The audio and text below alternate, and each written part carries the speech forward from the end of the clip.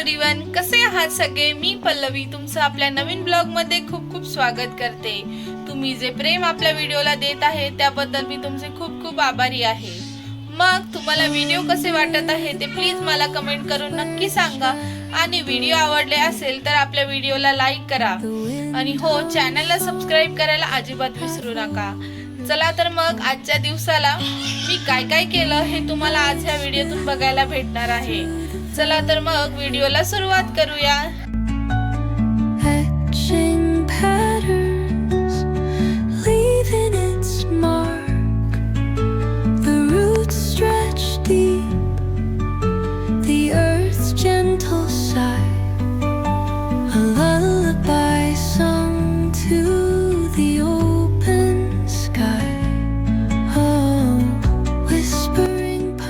आज मस्त असं गार्डन मध्ये सुंदर असं छोटस असं गुलाब माझ्या बॅगेमध्ये उमललं होतं। फूल बघून मला तर फारच आनंद झाला।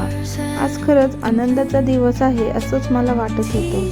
त्यानंतर बिल्डिंग मधल्या एका बाबांनी मुलांसाठी छान असे चॉकलेटचा खाऊच आणून दिला।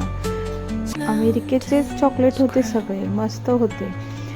आपल्या इकडसारख्या चॉकलेट मध्ये जास्त स्वीटनेस नसते, तिकडे डार्क चॉकलेट्स परत ओट्स असे होते आणि आपल्यासारखे स्वीटनेसला एकदमच कमी आणि एकदम सिंपल असे नॅचरल स्वीट त्यामध्ये होते। तर मुलांना ते आधी त्यांना वाटलं की आपल्यासारखे डेअरी मिल्क असे चॉकलेट्स असेल ज्यात खूप स्वीटनेस असते, पण त्यांना ते चॉकलेट खाऊन खूपच फिक्के असे लागले। आज मस्त असं मेकअपचं प्लॅनिंग केला होता। म्हटलं छान असा काहीतरी लुक करूया आणि तुमच्यासाठी प्रेझेंट होऊया आणि तुम्हाला एक मेकअपचा व्हिडिओही अपलोड होईल किंवा तुम्हाला मेकअपची माहितीही भेटेल असं मला वाटत होतं। पण म्हणतात ना, सुरुवात तर छानच झाली होती। छान असा बेस सेट केला, आधी मॉइश्चरायझर लावून घेतलं आणि मग बेस सेट करायला घेतला। मला फाउंडेशन वगैरे लावायला जास्त आवडत नाही, माझी खूप सेन्सिटिव्ह स्किन आहे। त्यामुळे मी स्किनवरती कोणतेही प्रोडक्ट वापरताना खूपच काळजी घेत असते। माझ्या लग्नामध्ये ज्या ताईने माझा मेकअप केला होता तिने खूप साध्या गोष्टी त्यावेळेला वापरल्या होत्या। आज जे इतकं स्किन करेक्टर एवढे सगळे प्रोडक्ट्स वापरले जातात, असा तिने कोणत्याही प्रकारचे प्रोडक्ट वापरले नव्हते आणि इतका छान आणि इतका ग्लोई मेकअप झाला होता की काय सांगू। तेव्हापासूनच मी हे प्रोडक्ट माझ्या बॅगमध्ये ठेवते आणि त्यांचाच वापर मी जास्तीत जास्त करत राहते। छान असा पॅनकेकचा वापर करून मी बेस इतका छान सेट केला होता आणि हा पॅनकेक वापरल्यानंतर आपल्याला कोणत्याही प्रकारचं स्किन करेक्टर लावायची गरज नसते। जेथे डार्क सर्कल्स, मलाही थोडेफार डार्क सर्कल्स आहे, तर त्यासाठी मी दुसरं काहीच न वापरता माझं सर्व कव्हरेज यानेच होऊन जातं। आणि मग त्याच्यानंतर फक्त कॉम्पॅक्ट पावडर वापरल्यावरती तो आपला बेस एकदम सेट होऊन जातो आणि माझ्यासाठी तरी तो लॉंग लास्टिंग राहतो। नाही तो एक कॅकी होत आणि नाही घाम आल्यानंतर ना तो मेकअप सुटून जातो किंवा असा पॅचेस त्याचे कधीच मला पडलेले नाही। म्हणून मी आज हे ट्युटोरियल तुमच्याबरोबर शेअर करणार होते, पण मध्येच माझा अर्धा मेकअप झाला आणि मुलांच्या मागे मागे आणि ते मध्ये मध्ये त्यांचे काही ना काही चालू होतं, त्याच्यामुळे मला पूर्ण मेकअप करताच आला नाही। आणि त्यात म्हणजे सोने पे सुहागा आहो पण आले आणि त्यांना खूपच भूक लागली होती। मग काय मेकअपला एंड केला आणि पटकन असं त्यांच्यासाठी स्नॅक्स बनवायला घेतलं। त्यांना चिवडा खायचा होता। मग काय पटपट असे 2 कढया ठेवल्या, एका बाजूला तेलात तळणारा आणि दुसऱ्या बाजूला पोहे निवडून छान असे पोहे भाजून घेतले छान क्रिस्पी होईपर्यंत आणि दुसऱ्या बाजूला मक्याचे पोहे घेतले आणि ते तेलात छान असे फ्राय करून घेतले। पटपट असं दोन्ही बाजूला करत होती म्हणजे त्यांना पटकन देता येईल।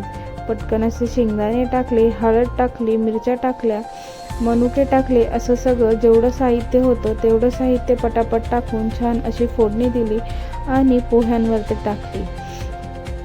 पटकन असे पोह्याचा चिवडा तयार करून दुसऱ्या बाजूला लगेच चहा ठेवला, कारण त्यांना भूक लागली होती आणि मला त्यांना पटकन असं काहीतरी खायला द्यायचं होतं। मला माहिती आहे हा चिवडा इतका काही हेल्दी नाही, पण जे आपण मक्याचा चिवडा तळला आहे त्याचं तेल आणि जो दुसरे पोहे आहेत ते भाजल्यामुळे ऑइल आहे ते बरोबर सोक होतं आणि जास्त ऑइली हा चिवडा मला तरी लागत नाही. आणि मी अशाच प्रकारे चिवडा बनवत असते. पटकन असं त्यांना खायला दिलं आणि मग वेळ होती, मला आज चिंचेची चटणी करायची होती. चटणी कशी झाली हे मी युवांशला विचारलं तर युवांश चक्क चमचाच घेऊन बसला आणि खायचं काम चालू होतं. छान अशी थिकनेसला झालेली होती आणि चवीलाही छान झाली होती. तो बघा बरं चमचा घेऊन जसं काही खाऊ खातोय अशा प्रकारे तो चिंचेची चटणी ट्राय करत होता. छान अशी चटणी बनवून ती ठेवून दिली आणि मग बटाटे वगैरे उकडून घेतले. आज मला आलू पराठा बनवायचा होता. मुलांनाही आलू पराठा खूप आवडतो आणि रोज रोज भाजी पोळी वरण भात असं काहीतरी जेवण असलं की पोरं कंटाळून जातात. मग काय मुलांसाठी आज छान असा आलू पराठ्याचा बेत केला होता. दोघांनाही आलू पराठा खूपच आवडतो. मग त्याबरोबर आम्हीही खाऊनच घेतो आणि चांगलाही लागतो. मग छान असे बटाटे उकडून घेतले, त्याची भाजी वगैरे करून घेतली आणि मग पीठ वगैरे मळून छान असे पराठे लाटायला घेतले. आज भाजी छानच सॉफ्ट झाली होती, कारण आजकाल बटाटे काही व्यवस्थित भेटत नाही आणि ते शिजतही नाही लवकर. त्यामुळे मी भरपूर अशा शिट्ट्या केल्या होत्या.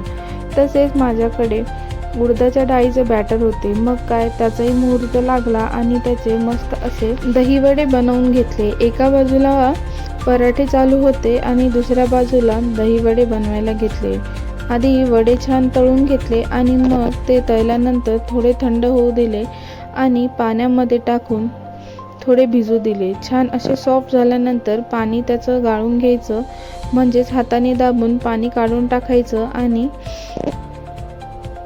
मग त्याच्यावरती दही चिंचेची चटणी तुमच्याकडे जे असेल शेव असे छान गार्निश करून मुलांना आणि घरातल्यांना खायला द्यायचे. तसेच मी केले होते. छान असे गरम गरम वडे पाण्यात टाकले आणि जरा भिजू दिले. भिजल्यानंतर छान असे निथरून घेतले आणि सर्व केले. छानच झाले होते वडे पण आणि पराठेही खूपच सॉफ्ट आणि छान झाले होते.